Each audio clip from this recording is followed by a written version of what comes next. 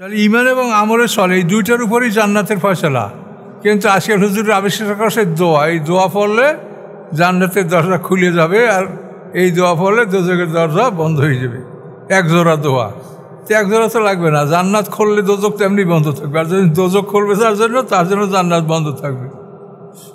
কাজেই দোয়া আল্লাহ করতে বলছেন, সে দোয়াগুলা সারা কোরআন শরীফে পয়গম্বরদের সব দোয়া পড়ে আছে, দেখেন তারা কি কি দোয়া করেছে, ওইভাবে দোয়া আপনি করবেন। আপনি দোয়া করিয়ে জান্নাতে যাবেন, তার নেক আমলটা কোন কাজে লাগবে? আমলে চলে, আল্লাহ বলছেন আমলে চলে, এটা তোমাকে জান্নাতে যাওয়ার উপযুক্ত করবে। এখন জান্নাতের প্রত্যেকটি ক্ষেত্রেই দেখেন ঈমান এবং আমলে চলে, তো এটাকে তো আপনারা কোরআনের বাইরে কোনো দিক নিয়ে যেতে পারেন না। এটা তো দোয়ার দিকে নেওয়া যাবে না, দোয়া ফলে জান্নাত হবে।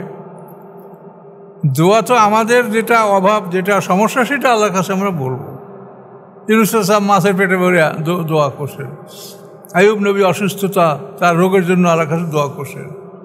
মূসা আলাইহিস সালাম বলছেন রব্বি নিলে মানজাল তাইমিন খাইরিন ফকির, হে আল্লাহ আমার প্রতি যে আপনি কল্যাণ নাজিল করেছেন, আমি সেই কল্যাণেরই ফকির। তাহলে বলে নাই যে আমার বেহেশত খুলে দেন।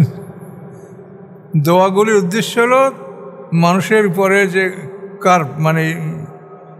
বালা মুসিবত, এগুলি আল্লাহ কাছে বলা, যাতে আল্লাহ এগুলি দূর করে দেয়। আমরা আজকে সূরা হাজের ৩৯ নম্বর আয়াত থেকে আলোচনা শুরু করতে যাচ্ছি ইনশাআল্লাহ। আউযু বিল্লাহি মিনাশ শাইতানির রাজিম, বিসমিল্লাহির রহমানির রহিম।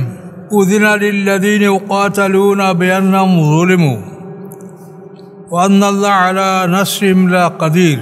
অনুমতি দেওয়া হলো তাদেরকে, ইউকাতালুনা যাদের বিরুদ্ধে যুদ্ধ করা হয়েছে, নিশ্চয়ই তাদের উপরে জুলুম করা হয়েছে এবং আল্লাহ তাআলা তাদেরকে সাহায্য করার ক্ষমতা রাখেন। এটা হলো জিহাদের প্রথম অনুমতি। হিজরতের 6 মাস পরে এই আয়াত নাযিল হয়। এই আয়াতে জিহাদের অনুমতি দেওয়া হয় কাদেরকে? যাদের বিরুদ্ধে যুদ্ধ করা হয়েছে, মক্কার মোমেন। তো কেন অনুমতি দেওয়া হলো? আল্লাহ কেন দিলেন? যে বিআন্নাহুম যুলিমু, নিশ্চয়ই তাদের উপরে জুলুম করা হয়েছে এবং আল্লাহ তাআলা তাদের সাহায্য করার ক্ষমতা রাখেন। তো এই হিজরতের 6 মাস পরে যুদ্ধের অনুমতি, আর 18 মাস পরে বদরের যুদ্ধ, এবং ওই সময় যুদ্ধ ফরজ করা হয়েছে। যুদ্ধের অনুমতি কাদেরকে দেওয়া হয়েছে দেখেন, আল্লাযীনা উখরিজু মিন দিয়ারিহিম, যাদেরকে বহিষ্কার করা হয়েছে তাদের বাড়িঘর হতে। উখরিজু বের করা হয়েছে, মিন দিয়ারিহিম তাদের বাড়িঘর হতে, বেগাইরে হক অন্যায়ভাবে, বরং ইল্লা আইয়াকুলু রাব্বুনাল্লাহ, তাদের অপরাধ ছিল কি ব্যতীত যে তারা বলেছিল যে আমাদের রব আল্লাহ। এই আমাদের রব আল্লাহ এই কথা বলার কারণে তাদেরকে তাদের বাড়িঘর থেকে বের করা হয়েছিল। এজন্য আল্লাহ বলেন ওয়ালাউলা দাফুল্লাহ নাসা বাযুম বিবাজ, যদি না হতো দমন করা আল্লাহর মানুষ দিগকে, মানে আল্লাহ যদি মানুষ দিগকে দমন না করতেন, বাযুম বিবাজেন কতকের সাহায্যে কতককে আল্লাহ দমন করেন। যদি না করতেন তাহলে কী হতো? লাহুদ্দেমাত সাওয়ামেও, অবশ্যই ধ্বংস হয়ে যেত গির্জাগুলি, মানে নিঃসঙ্গ নিবাস। এই সমা হলো খ্রিস্টানদের একদল যারা বাড়িঘর, স্ত্রী, পুত্র, পরিজন সব ত্যাগ করে এই গির্জার মধ্যে তারা জীবন কাটাতো। এদের এই গির্জাটার নাম হলো সৌমা। এই সৌমাগুলি, এই স্পেশাল গির্জাগুলি, নিঃসঙ্গ নিবাসগুলি ধ্বংস হয়ে যেত। এরপরে সৌমার পরে কি? বিয়া হলো তাদের সাধারণ গির্জা, যেখানে আমলোক নামাজ পড়ে এবং চলে যায়, মসজিদে তারা থাকে না। তো খ্রিস্টানদের 2 দল, এক দলের জন্য সৌমা যারা গৃহত্যাগী, আর অন্য দল যারা ওখানে তাদের প্রার্থনা করে বিদায় হয়ে যায়, সেই ঘরগুলি হচ্ছে বিয়া। আল্লাহ বলেন কতক মানুষ দ্বারা যদি কতককে আল্লাহ তাআলা প্রতিহত না করতেন, তাহলে এই নিঃসঙ্গ খ্রিস্টানদের নিঃসঙ্গ নিবাস এবং তাদের ইবাদতখানা সালাওয়াতুন এবং খ্রিস্টানদের এটা এহুদিদের এহুদিখানা, সালুতের বহু বচন সালাওয়াত, সালুত, এহুদিদের ইবাদতখানাকে সালুত বলা হয়, এর বহু বচন সালাওয়াত, তাহলে নষ্ট হয়ে যেত, ধ্বংস হয়ে যেত ইহুদিদের ধর্মশালাগুলি ও মাসাজিদ এবং মসজিদগুলি। তাহলে একদল দ্বারা অন্য দলকে প্রতিহত না করলে সৌমা, বিয়া, সালুত, সালাওয়াত এগুলি সব ধ্বংস হয়ে যেত। এই জন্য আল্লাহ তাআলা একদল দ্বারা অন্য দলকে প্রতিহত করেন। মাসাজিদ এবং মসজিদগুলি ইউজকারু ফি হাসমুল্লাহে, স্মরণ করা হয় ওই ঘরগুলির মধ্যে আল্লাহর নাম বহু পরিমাণে, কাসিরা অনেক পরিমাণ, ওই ঘরগুলিতে বহু পরিমাণ আল্লাহর নাম স্মরণ করা হয়। ওয়ালায়ানসুরান্নাল্লাহু মাইয়ানসুরহু, অবশ্যই সাহায্য করবেন আল্লাহ তাআলা মান তাকে, ইয়ানসুরহু যে আল্লাহকে সাহায্য করে। আল্লাহকে তো সাহায্য করার প্রয়োজন না, এটা হলো আমাদের আল্লাহ তাআলা পুরস্কার দিবেন, এই জন্য আমাদেরকে এই কাজগুলি করতে বলেছেন। আল্লাহর তো কোনো সাহায্যের প্রয়োজন হয় না, তিনিই তো আমাদের সবাইকে সাহায্য করে থাকেন। তাহলে এটা হলো আল্লাহ যে আদেশ করেছেন, আল্লাহর রাসূল যেভাবে ময়দানে কাজ করছেন, তাদেরকে সাহায্য করাই হচ্ছে আল্লাহকে সাহায্য করা। যেমন সূরা নিসা আছে যে রাসূলের আনুগত্য করলে আল্লাহর আনুগত্য হয়ে গেল। এখানে রাসূলের আনুগত্য করলে, রাসূলের সাহায্য করলে আল্লাহ সাহায্য হবে। সূরা নিসার ৮০ নম্বর আয়াত দেখেন, সেখানে আল্লাহ বলছেন মাইয়ুতির রাসূলা ফাকাদ আতা আল্লাহ, যে রাসূলের আনুগত্য করলো সেই আল্লাহর আনুগত্য করলো। তাহলে রাসূলের আনুগত্য মানে আল্লাহর আনুগত্য, তাহলে রাসূলকে সাহায্য করা মানে আল্লাহকে সাহায্য করা, এইভাবে কিন্তু কথাটা বলা হয়েছে। ওয়ালা ইয়ানসুরান্নাল্লাহু মাইয়ানসুরহু, অবশ্যই সাহায্য করবেন আল্লাহ তাআলা মান তাকে, ইয়ানসুরহু যে আল্লাহকে সাহায্য করে। ইন্নাল্লাহা লাকাবিয়ুন আজিজ, নিশ্চয়ই আল্লাহ তাআলা শক্তিশালী এবং আজিজ মানে অপ্রতিরোধ্য ক্ষমতার মালিক। আল্লাযীনা, মুমিনদের বৈশিষ্ট্য আল্লাহ বলছেন, আল্লাযীনা তারা এমন লোক, ইন মাক্কান্নাহুম, আল্লাহ বলেন যদি আমি তাদেরকে প্রতিষ্ঠা করি পৃথিবীর মধ্যে যদি তাদেরকে আমি প্রতিষ্ঠা করি ধন সম্পদ শক্তি দিয়া, আকামুস সালাতা, তাহলে তারা সালাত প্রতিষ্ঠা করবে, ও আতাউজ যাকাতা, এবং তারা জাকাত আদায় করবে, ও আমারু বিল মারুফে, এবং তারা ভালো কাজে আদেশ করবে, ও নাহু আনিল মুনকারে, এবং খারাপ কাজ থেকে তারা নিষেধ করবে। ওয়ালিল্লাহি আকিবাতুল উমুর, সমস্ত কাজের পরিণাম আল্লাহর কাছে, সমস্ত কাজের পরিণাম আল্লাহর কাছে জমা হবে, এবং সেখান থেকে আমরা এর বিচার পাবো, প্রতিদান পাবো, পুরস্কার পাবো, আবার অন্যায় করলে শাস্তি পাবো। দেখেন আল্লাযীনা, আল্লাহ বলেন এই মুমিনদের বৈশিষ্ট্য তারা, এম মাক্কান্নাহুম যদি আমি তাদেরকে প্রতিষ্ঠা করি ফিল আরদে পৃথিবীতে, আকামুস সালাতা তারা সালাত কায়েম করবে, আতাউজ যাকাতা যাকাত আদায় করবে, আমারু বিল মারুফে এবং তারা ভালো কাজে আদেশ করবে, ও নাহু আনিল মুনকারে এবং খারাপ কাজ থেকে তারা বাধা দিবে। ওয়ালিল্লাহি আকিবাতুল উমুর, সমস্ত কাজের পরিণাম আল্লাহর প্রতি, আল্লাহর কাছেই যাবে। ওয়াইয়ুকাযযিবুকা, যদি তারা আপনাকে মিথ্যা সাব্যস্ত করে আপনি দুঃখ করবেন না। ফাকাদ কুযযিবাত ক্বাবলাহুম, অবশ্যই মিথ্যা বলা হয়েছে তাদের পূর্বে। কওম নূহ, কাযযাবাত মিথ্যা বলেছে তাদের পূর্বে নূহ আলাইহিস সালামের সম্প্রদায়, আদ সম্প্রদায়, কওম ইব্রাহিম নিচে ইব্রাহিম আলাইহিস সালাম সম্প্রদায়, কওম লূত সম্প্রদায়, এভাবে সবাই নবীদেরকে মিথ্যা বলেছে, অস্বীকার করেছে। ওয়াইয়ুকাযযিবুকা, যদি তারা আপনাকে অস্বীকার করে, তো অবশ্যই অস্বীকার করা হয়েছে কাবলাহুম এদের পূর্বে। কাকে? কওম নূহ, কাজ্জাবাত অস্বীকার করেছিল এদের পূর্বে, মুহাম্মদ সাল্লাল্লাহু আলাইহি ওয়াসাল্লামের পূর্বে। কারা? নূহ সম্প্রদায়, আদ সম্প্রদায়, সামুদ সম্প্রদায়।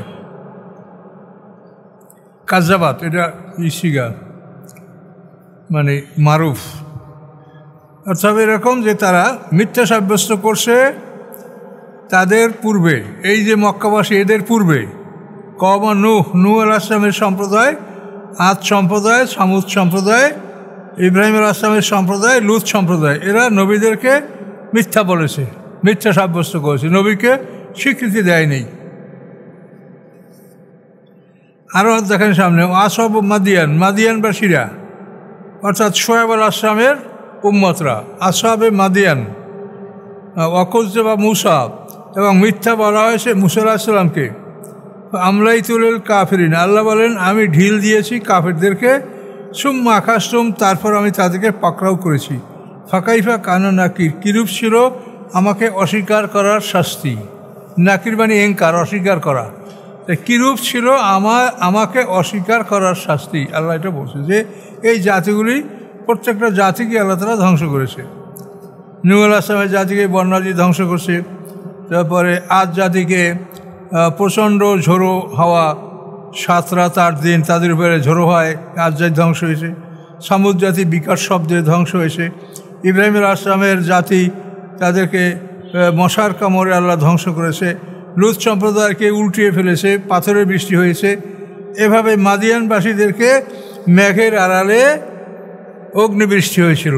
জঙ্গলে এক কাছে মেঘ আসছিল, তারা মনে করছে প্রচুর বৃষ্টি পাবে, ওই মেঘের মধ্যে ছিল আগুন।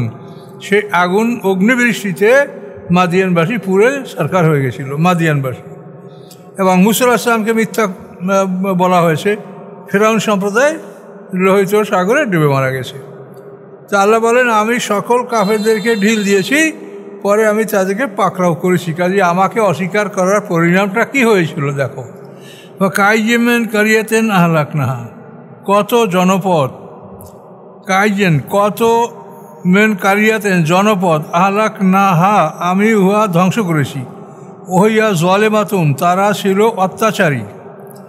ফাহিয়া খাবিয়াতুন আলা উরুশিহা, এবং সেগুলি বিধ্বস্ত হয়েছে ছাদসহ, মাসানসহ, ছাদসহ। বীরে মুয়াত্তালাতেন, এবং কত বিরান কূপ, পৃথিবীতে কত বিরান কূপ পড়ে আছে।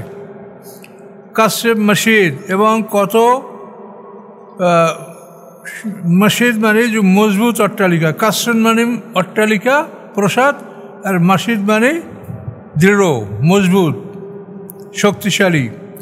এরকম কত বিরান কূপ এবং কত কঠিন অট্টালিকা এগুলি পৃথিবীতে পড়ে আছে, আমি তাদের অধিবাসীকে ধ্বংস করেছি। কাইজেমেন কারিয়াতেন, কত জনপদ, আহলাকনাহা আমি ধ্বংস করেছি উহাকে। ওহিয়া জনপাতুন, এই জনপদগুলি ছিল অত্যাচারী। ফাহিয়া খবিয়াতুন, অতঃপর ওগুলি ধ্বংস হয়েছে আলা উরুশিহা, তাদের ছাদসহ। বীরে মুয়াত্তালাতেন, এবং অনেক বিরান কূপ, এবং কাসেব মসজিদ, এবং অনেক শক্তিশালী অট্টালিকা, মজবুত অট্টালিকা। আল্লাহ বলেন আফালাম ইয়াসিরু ফিল আরদ, তারা কি পৃথিবীতে ভ্রমণ করে না? আপনি পৃথিবী ভ্রমণ করবেন কেন? আপনার বাংলাদেশে কত আছে তাই দেখেন।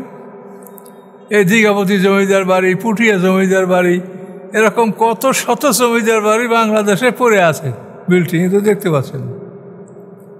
এগুলি তো ধ্বংসের নিদর্শন।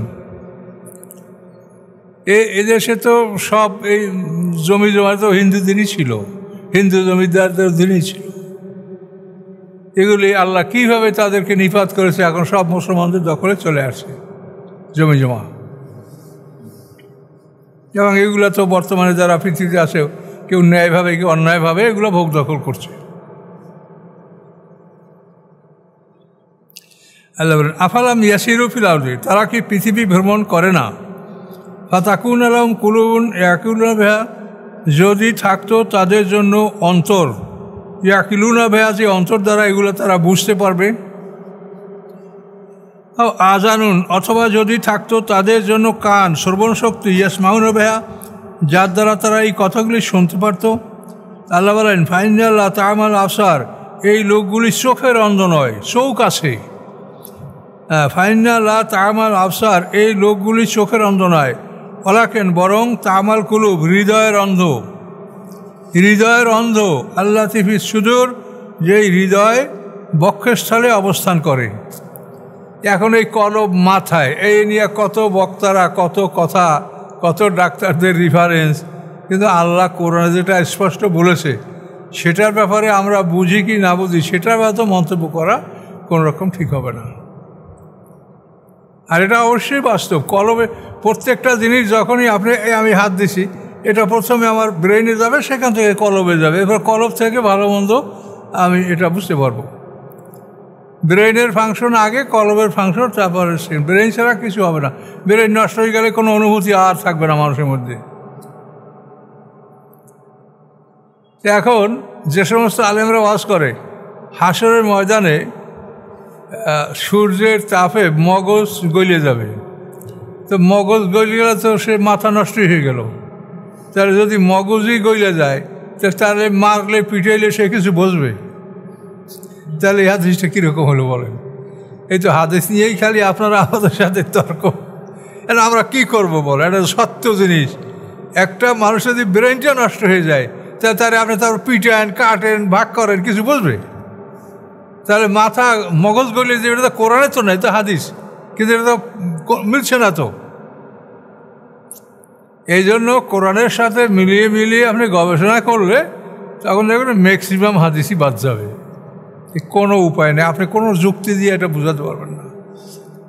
হাসরের ময়দানে সূর্য থাকবে, আল্লাহর নূরের আলোকে হাসরের ময়দানটা আলোকিত হবে। ওয়াশরাকাতিল আরদু বিনূরি রাব্বিহা, আল্লাহর নূরের আলোকে হাসরের ময়দানটা আলোকিত হবে। তো এই পৃথিবীর সূর্য এটা ধ্বংস হবে। তো আপনারা 30 প্রায় বারবার আপনারা দেখেছেন, ইজা শামসু কুব্বিরাত, কবর মানে রোল করা হবে, পেঁচাইয়া ওকে ফেলাই দেওয়া হবে সমুদ্রে, আগুনের মধ্যে ইত্যাদি। সূর্য তো ধ্বংস হওয়ার কথা কোরআনে বারবার বলা হয়েছে। এই পৃথিবীর কোনো জিনিস পরকালে ব্যবহার করা হবে না, এক কথা, কোনো জিনিস না। এই পৃথিবী ধ্বংস হবে। এই পৃথিবীর সৌন্দর্যের জন্য গ্রহ, নক্ষত্র, সূর্য যা আছে, এই গ্যালাক্সি, এর সব এটা ধ্বংস হবে। মহাবিশ্ব ধ্বংস হবে না। মহাবিশ্বের খবরও আমরা জানি না, আর মহাবিশ্বের সাথে আমাদের দেহের কোনো সম্পর্কও নাই। আমাদের এই পানি, মাটি, আগুন, বাতাসের দেহ যে সীমার মধ্যে আছে, যে গ্র্যাভিটির মধ্যে আছে, এইখানেই ধ্বংস হবে। এইখানের মধ্যে সিঙ্গার ফুট করে এগুলা ঘুরপা খেয়ে আমাদের দেহ বিক্ষিপ্ত অংশগুলি একত্রিত হবে। বুঝতে পারছেন? তাহলে তামাল কুলুব, তারা হৃদয়ের অন্ধ। আল্লাহ তিফিস সুদূর, যেই হৃদয় বক্ষস্থলের মধ্যে, আমাদের যে বক্ষস্থল, এটার মধ্যে সুদূর, এটার মধ্যে আমাদের অন্তর অবস্থিত করে। এটার মধ্যে আমাদের অন্তর অবস্থিত। ওয়াস্তাজিলুনাকা বিল আযাব, তারা দ্রুত কামনা করে আপনার কাছে শাস্তি, আপনার কাছে শাস্তি দ্রুত কামনা করে।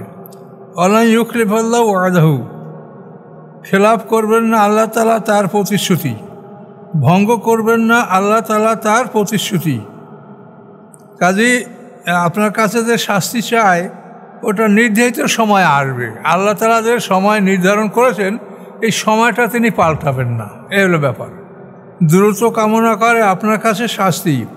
ওয়ালা ইউখলিফাল্লাহু ওয়াদাহু, নিশ্চয়ই খেলাফ করবেন না আল্লাহ তাআলা তার প্রতিশ্রুতি।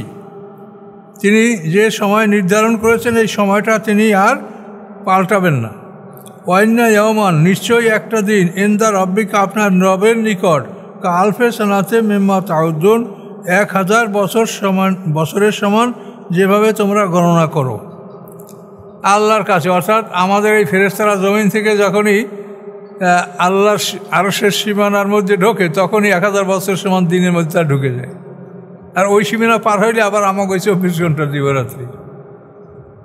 ইনদা রাব্বিকা কথাটা, তো এই জন্য রবের সীমানায় যখন ফেরেশতারা যায় তখন 1000 বছরের সমান এক দিনের সীমানায় ঢোকে। আর ওখান থেকে বেরোলে আমাদের সীমানায় ঢুকলে তখন 24 ঘন্টার দিন।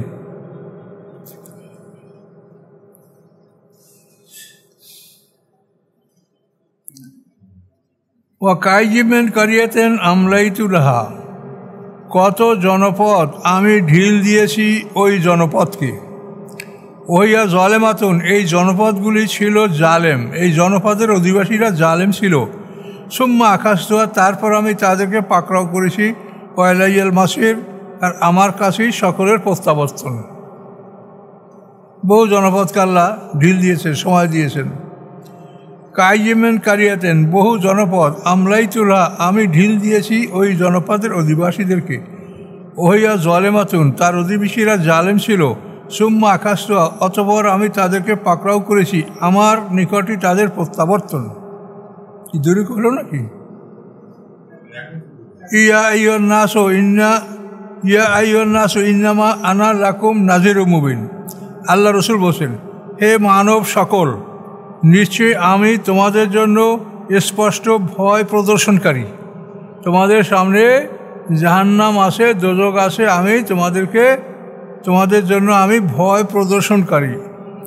কুল, আপনি বলুন, হে মানব সকল, নিশ্চয়ই আমি লাকুম তোমাদের জন্য নাজিরুন, ভয় প্রদর্শনকারী, মুবিন, স্পষ্ট ভয় প্রদর্শনকারী। আর বাসিরাও আছে, এখানে হয়তো বাসিরাটা আসে নাই, সুসংবাদদাতা, তিনি সুসংবাদদাতা এবং ভয় প্রদর্শনকারী। ফাল্লাযীনা আমানু ওয়া আমিলুস সালিহাত, অতঃপর যারা ঈমান এনেছে এবং ভালো কাজগুলি করেছে, লাহুম মাগফিরাতুন, তাদের জন্য ক্ষমা, আর রিজকুন কারীম, এবং তাদের জন্য সম্মানিত জীবিকা। তাহলে ঈমান এবং আমলের সালেহ, এইটার বিনিময়ে সম্মানিত জীবিকা মানে জান্নাতের জীবন, জান্নাতের মেহমানদারি, জান্নাতের হসপিটালিটি। তাহলে ঈমান এবং আমলের সালেহ, এই দুইটার উপরই জান্নাতের ফয়সালা। কিন্তু আজকাল হুজুরের আবিষ্কার করেছে দোয়া, এই দোয়া পড়লে জান্নাতের দরজা খুলে যাবে, আর এই দোয়া পড়লে দোজখের দরজা বন্ধ হয়ে যাবে। এক জোড়া দোয়া, তো এক জোড়া তো লাগবে না, জান্নাত খুললে দোজখ তেমনি বন্ধ থাকবে, আর যদি দোজখ খুলবে তার জন্য জান্নাত বন্ধ থাকবে। কাজেই দোয়া আল্লাহ করতে বলছেন, সে দোয়াগুলা সারা কোরআন শরীফে পয়গম্বরদের সব দোয়া পড়ে আছে। দেখেন তারা কি কি দোয়া করেছে, ওইভাবে দোয়া আপনি করবেন। আপনি দোয়া করিয়ে জান্নাতে যাবেন, তার নেক আমলটা কোন কাজে লাগবে? আমলে সালেহ। আল্লাহ বলছেন আমলে সালেহ এটা তোমাকে জান্নাতে যাওয়ার উপযুক্ত করবে। ওয়াল্লাযীনা সাউ ফি আয়াতিনা মুআজিজিনা, এবং যারা চেষ্টা করে আমার আয়াতগুলিকে ব্যর্থ করতে। আজিজ মানে দুর্বল, আয়াতগুলিকে দুর্বল করতে চায়। ওয়াল্লাযীনা সাউ ফি আয়াতিনা মুআজিজিনা, এবং যারা চেষ্টা করে আমার আয়াতগুলির মধ্যে উহাকে ব্যর্থ করার জন্য। উলাইকা আসহাবুল জাহিম, তারা জাহিমের অধিবাসী। জাহান্নাম, হুতার, রাজা, সাকার, সাইর, জাহিম, হাবিয়া। এই জাহিম হলো 6 নম্বর দোজখ, জাহিমের অধিবাসী। আল্লাহর আয়াতগুলিকে যারা ব্যর্থ করতে চেষ্টা করে, যাতে আয়াতগুলি প্রতিষ্ঠিত না হয়। অমা আরসালনা মিন ক্বাবলিকা মির রাসূলিন, আল্লাহ বলেন পাঠাইনি আমি, অমা আরসালনা আমি পাঠাইনি, মিন ক্বাবলিকা আপনার পূর্বে, মির রাসূলিন কোনো রাসূল, ওয়ালা নবিয়্যিন এবং না কোনো নবী, ইল্লা ব্যতীত, ইজা তামান্না যখন সে পাঠ করেছে। নবীদের উপরে আসমানি কিতাব, এই কিতাব যখন পাঠ করেছে, আলকা শয়তান ফি উমনিয়তিহি, ঢেলে দিয়েছে শয়তান তার পাঠের মধ্যে। নবীর পাঠের মধ্যে শয়তান তার নিজের কিছু কথা মিশিয়ে দিয়েছে। কত বড় দেখেন সাহস, বা তার কতখানি অবকাশ আল্লাহ দিয়েছে তাকে।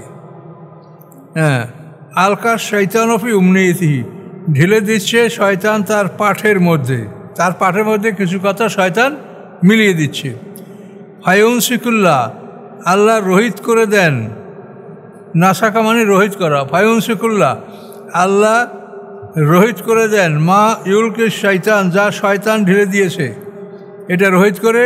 সুম্মা ইয়াহকুমুল্লাহু আয়াতিহি, অতঃপর আল্লাহ প্রতিষ্ঠিত করেন তার আয়াতগুলি। আল্লাহু আলিমুন হাকিম, আল্লাহ তাআলা মহাজ্ঞানী, মহাকুশলী। তাহলে নবীদের তেলাওয়াতের সাথেও শয়তান তার পাঠ মিশিয়ে দেয়। তো এটা আমাদের রাসূলের সাথে একবার হয়েছে।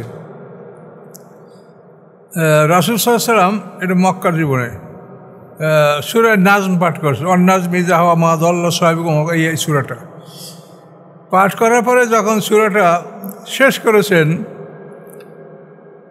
এই শেষ করার সাথে সাথে শয়তান তার একটা ছন্দ, একটা লাইন ওখানে মিলিয়ে দিয়েছে। সেটা হলো তেলকাল গারানেইকাল উলা ওয়াইন্না শাফাআতুম লাতুরজা। তেলকাল গারানেইকাল উলা, এই বড় বড় দেবদেবীগুলি, লাতুরজা শাফাআতুহুম, এদের শাফাআতও আশা করা যেতে পারে। তেলকা গারানেইকাল উলা, গারানেইক মানে বড় বড় দেবদেবী, উলম বড় বড় বড় দেবদেবীরা, ওয়াইন্না শাফাআতুম লাতুরজা, নিশ্চয়ই তাদের শাফাআত আশা করা যেতে পারে।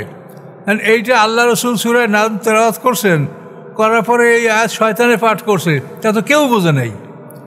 এখন এইটা শুনিয়ে সব কাফেররা সেজদায় পড়ে গেছে। মুহাম্মদ সাল্লাল্লাহু আলাইহি ওয়াসাল্লাম কোরআনে এমন কথা আমাদের পাঠ করে শুনল যে আমাদের এই দেবদেবীরা শাফাআত করতে পারবে। একেবারে সব সেজদায় পড়ে গেল, সব মুশরিকরা। কিন্তু পরে আল্লাহ তাআলা বাতিল দিলেন যে এই কথাটা মুহাম্মদ সাল্লাল্লাহু আলাইহি ওয়াসাল্লাম বলে নাই, এই কথাটা শয়তান বলেছে। এই কথাটা এখানে বলছে, পাঠের সাথে শয়তান যেটা মিলিয়ে দেয়, আল্লাহ তাআলা সেটাকে রহিত করে দিয়ে তার আয়াতকে প্রতিষ্ঠিত রাখেন। এখন চিন্তা করে দেখে যে কোরআনের সাথে যদি এতখানি হয়, তাহলে হাদিসের ব্যাপারটা কি? এত কিছুই না। এগুলোর মধ্যে শয়তান যাই সেটাই ঢুকাবে, কে ঠেকায় বলেন? যে এগুলি তো আমরা সতর্ক হতে পারি না, আর এইগুলি সতর্ক হওয়ার আমাদের বুদ্ধিও কিছু নাই। এই জন্য আমরা ওই একটা বুদ্ধি আবিষ্কার করেছি যে হাদিস যদি কোরআনের সাথে মিলে তাহলে বুঝবো যে আল্লাহ রসুল বলেছেন, আর যদি না মিলে তা আমরা মনে করবো যে আল্লাহ রসুল এটা বলেননি।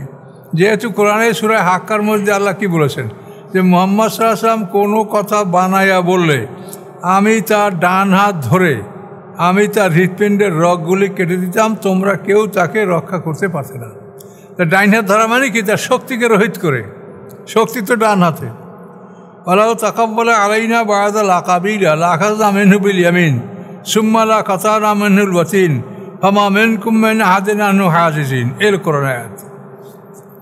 এত বড় কঠিন কথা যেখানে বলা আছে, সেখানে মুহাম্মদ সাল্লাল্লাহু আলাইহি ওয়াসাল্লাম কোনো কথা বলবে কোরআনের বিরুদ্ধে, আল্লাহর বিরুদ্ধে, এটা কি হতে পারে? কাজে এই লোকগুলোকে কি বুঝাবেন? এরা ওই আমাকে বসে উনি তো কোরআনের সাথে যে হাদিসগুলো মিলে সেগুলো মানে, এতে তো কোরআন মানাই হয়। হাদিস মানা হবে যদি আমি জাল হাদিস মানি। তাহলে দেশের বড় বক্তাদের এগুলো বক্তব্য দেখেন, আপনারা ইউটিউবে পাবেন। বুঝতে পারছেন বিষয়টা? এই সূরা নাজমে শয়তান এইটা তেলাওয়াত করছিল, কিন্তু পরে আল্লাহ তাআলা, এবং এটা একটা বিরাট শোরগোল শুরু হয়েছিল। এইটা হয়ে যাওয়ার পরে আবিসিনিয়ায় যারা মুসলমান হিজরত করেছিলেন তারাও খবর পাইছে যে মক্কার সব মুশরিকরা মুসলমান হয়ে গেছে, এখন তারাও চলে আসবে, তাহলে মক্কার লোকরা মুসলমান হয়ে আমরা বিদেশ থাকবো কেন? কিন্তু পরে শোনা গেছে যে না, এই কথাটা এরকম না, এই বিষয়টা শয়তান এই কথাগুলি যোগ করেছে, যেটা কেউ তখন অনুধাবন করতে পারেনি। লিয়াজালা মায়ুলকি শাইতানু ফিতনাতাল লিল্লাযিনা ফি কুলুবিহিম মারাদুন, যাতে লিয়াজালা, যাতে করা হয়, মায়ুলকি শয়তানু, যা ঢেলে দিয়েছে শয়তান, এটাকে করা হবে কি ফিতনা, একটা পরীক্ষার বস্তু, লিল্লাযিনা, তাদের জন্য, ফি কুলুবিহিম মারাদুন, যাদের অন্তরে ব্যাধি আছে, যাদের অন্তরে ব্যাধি, তাদের জন্য এটা একটা পরীক্ষার বস্তু। ওয়াইন্না যালিমিনা লাফি শিকাকিন বাঈদ, নিশ্চয়ই জালেমরা অবশ্যই বিরোধিতায়, বাঈদ সুদূর, সুদূর বিরোধিতায়। কারা? জালেমরা। জালেমরা বিরোধিতাই করতে থাকবে, তারা সত্যকে গ্রহণ করবে না। ওয়ালিয়ালামাল্লাযিনা উতুল ইলমা, এবং যাতে জেনে নিতে পারে তারা, উতুল ইলমা, যাদেরকে দেওয়া হয়েছে জ্ঞান। ওই শয়তানের পাঠ হলো অসুস্থ অন্তরের জন্য একটা পরীক্ষা, যাদের অন্তরে ব্যাধি আছে তাদের পরীক্ষা। আর মুমিনদের জন্য ওয়ালিয়ালামাল্লাযিনা, যাতে আল্লাহ জেনে নিতে পারেন আল্লাযিনা তাদেরকে উতুল এলমা যাদেরকে জ্ঞান দেওয়া হয়েছে আন্নাউল হক নিশ্চয়ই আল্লাহর বাণী সত্য, আন্নাউল হকু মির রব্বিকা নিশ্চয়ই এই কোরআন সত্য, মির রব্বিকা আপনার রবের নিকট হতে। মিনুবি অথবা তারা এই কোরআনের ভিতরে কোরআনের প্রতি ঈমান আনে। বা তুকবেতা লাহু কুলুবুহুম এবং বিনয়ী হয় আল্লাহর উদ্দেশ্যে তাদের অন্তরগুলি। তুকবেতা মানে নরম, বিনয়ী হওয়া, রুজু হওয়া, এবং নরম হয় আল্লাহর উদ্দেশ্যে তাদের অন্তরগুলি। ওয়াইনাল্লাহ হাদিল্লাযিনা আমানু নিশ্চয়ই আল্লাহ তাআলা পথ প্রদর্শক, হাদে মানে হেদায়েতকারী, আল্লাযিনা আমানু যারা ঈমানদার তাদেরকে আল্লাহ পথ দেখান। কোথায় পথ দেখান? ইলা সিরাতে মুস্তাকিম সরল রাস্তার দিকে আল্লাহ তাআলা পথ দেখান। এই সিরাতাল মুস্তাকিম প্রদর্শন করার একমাত্র দায়িত্ব আল্লাহর। ওয়ালাল্লাহ কাসদুস সাবিল আয়াত, কাসদুস সাবিলের সোজা রাস্তা, এই সোজা রাস্তা দেখানোর দায়িত্ব একমাত্র আল্লাহর। এই আল্লাহ ছাড়া কেউ সোজা রাস্তা বাতলাতে পারে না। ওয়ালা ইয়াজালুল্লাযিনা কাফারু ফি মিরিয়াতিন মিনহু হাত্তা তা'তিয়াহুমুস সাআতু বাগতাতান আও ইয়াতুহুম আযাবু ইয়াওমিন আকিম। লা ইয়াজালু মানে সর্বদা, সর্বদা ফি মিরিয়াতিন তারা সন্দেহের মধ্যে থাকবে সর্বদা। কারা? আল্লাযিনা কাফারু যারা অবিশ্বাস করে, তারা সবসময়ই কোরআনের ব্যাপারে সন্দেহের মধ্যে থাকবে, কোরআনকে তারা বিশ্বাস করবে না। ওয়ালা ইয়াজালু ফি মিরিয়াতিন আল্লাযিনা কাফারু এভাবে মিলেন, সর্বদা থাকবে তারা সন্দেহের মধ্যে। কারা? আল্লাযিনা কাফারু যারা কাফের। হাত্তা তা'তিয়াহুম এই সন্দেহের মধ্যে থাকতে থাকতেই এসে যাবে তাদের উপরে সাআত মানে কিয়ামত, বাগদাতান আচানক হঠাৎ, আও ইয়াতিয়াহুমুল আযাবু ইয়াওমিন আকিম অথবা আসবে তাদের প্রতি শাস্তি একটা অশুভ দিনের। আকিম মানে বন্ধা, বন্ধা মানে অশুভ, একটা অশুভ দিনের শাস্তি তাদের উপরে এসে যাবে। এটা যুদ্ধের মাধ্যমে অথবা তাদের মৃত্যুর মাধ্যমে এটা হতে পারে। আল মুলকু ইয়াওমাইযিন লিল্লাহ সাম্রাজ্য সার্বভৌমত্ব সেদিন একমাত্র আল্লাহর, বিচারের দিনে একমাত্র সার্বভৌমত্ব আল্লাহর। ইয়াহকুমু বাইনাহুম তিনি আদেশ জারি করবেন তাদের মাঝে। আল্লাযিনা আমানু অতঃপর যারা ঈমান এনেছে, ও আমিলুস সালিহাত এবং ভালো কাজ করেছে, ফি জান্নাতিন নাঈম তারা নিয়ামতে পরিপূর্ণ জান্নাতের মধ্যে থাকবে। এখন জান্নাতের প্রত্যেকটি ক্ষেত্রেই দেখেন ঈমান এবং আমল চলে। তো এটাকে তো আপনারা কোরআনের বাইরে কোনো দিক নিয়ে যেতে পারেন না। এটা তো দোয়ার দিকে নেওয়া যাবে না, দোয়া ফলে জান্নাত হবে। দোয়া তো আমাদের যেটা অভাব, যেটা সমস্যা, সেটা আল্লাহর কাছে আমরা বলবো। ইউনূস সাহেব মাছের পেটে ভরে দোয়া করছেন, আইয়ুব নবী অসুস্থতা, তার রোগের জন্য আল্লাহর কাছে দোয়া করছেন। মুসা আলাইহিস সালাম বলছেন রব্বি লিমা আনজালতা মিন খায়রিন ফাকির, হে আল্লাহ আমার প্রতি যে আপনি কল্যাণ নাযিল করেছেন আমি সেই কল্যাণেরই ফকির। তাহলে বলে নাই যে আমার বেহেশত খুলে দেন। দোয়াগুলির উদ্দেশ্য হলো মানুষের উপরে যে কার মানে বালা মুসিবত এগুলি আল্লাহ কাছে বলা, যাতে আল্লাহ এগুলি দূর করে দেয়। আপনার প্রয়োজন আপনি আল্লাহর কাছে দোয়া করে যাবেন। কবে তো জান্নাত তো প্রয়োজন, কিন্তু জান্নাতের জন্য তো কী লাগবে তো বলেই দিয়েছে আল্লাহ, ঈমান এবং আমলে সালেহ লাগবে।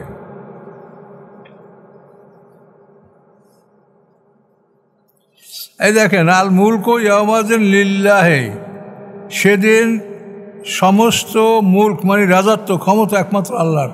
কারণ এই জন্য আপনি যদি মনে করেন যে আপনার পিসাব আপনাকে ভেস্তে নেবে, অমুকে সাফাত করবে, তমুকে সাফাত করবে, এগুলি সব ভ্রান্ত ধারণা।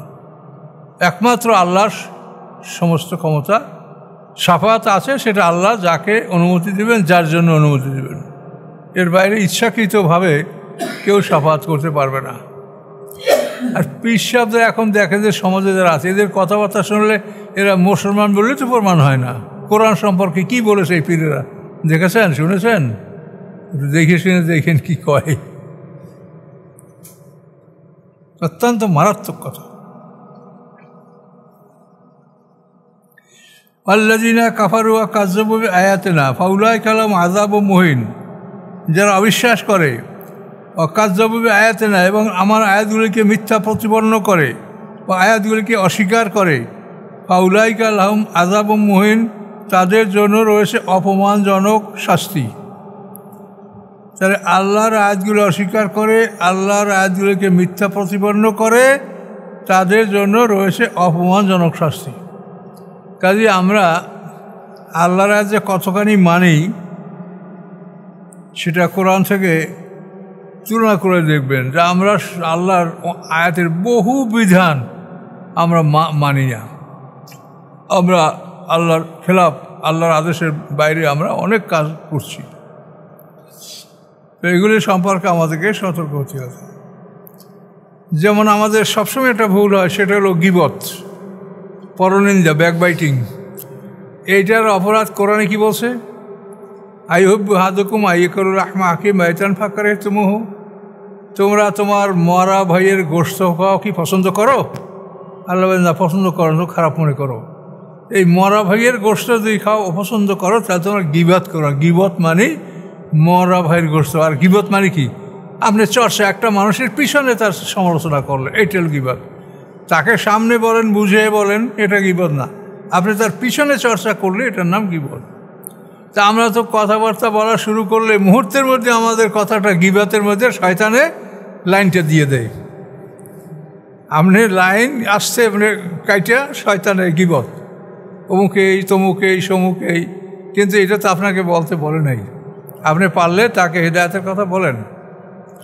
তো এই জন্য এরকম বহু, আবার আল্লাহ রসুল বলছেন আল গীবাতু আসাদ্দু মিনাল জিনা, আর বহতান হচ্ছে আসাদ্দু মিনাল কাতাল। বহতান হচ্ছে যে দোষ নাই সেই দোষে কাউকে দোষারোপ করা। এটা তো অহরহ সমাজে একটা মানুষের বিরুদ্ধে অযথাই মিথ্যা বলা। কাজেই কোরআনের অনেক কথাই আমরা মানি না। আমরা শুধু নামাজ পড়ি, লম্বা জামা, টুপিদারি, এই তো আমাদের বেহেশতের গ্যারান্টি হয়ে গেল। আসলে তা না, পুরো কোরআন মানতে হবে। তো আমার দুই রকম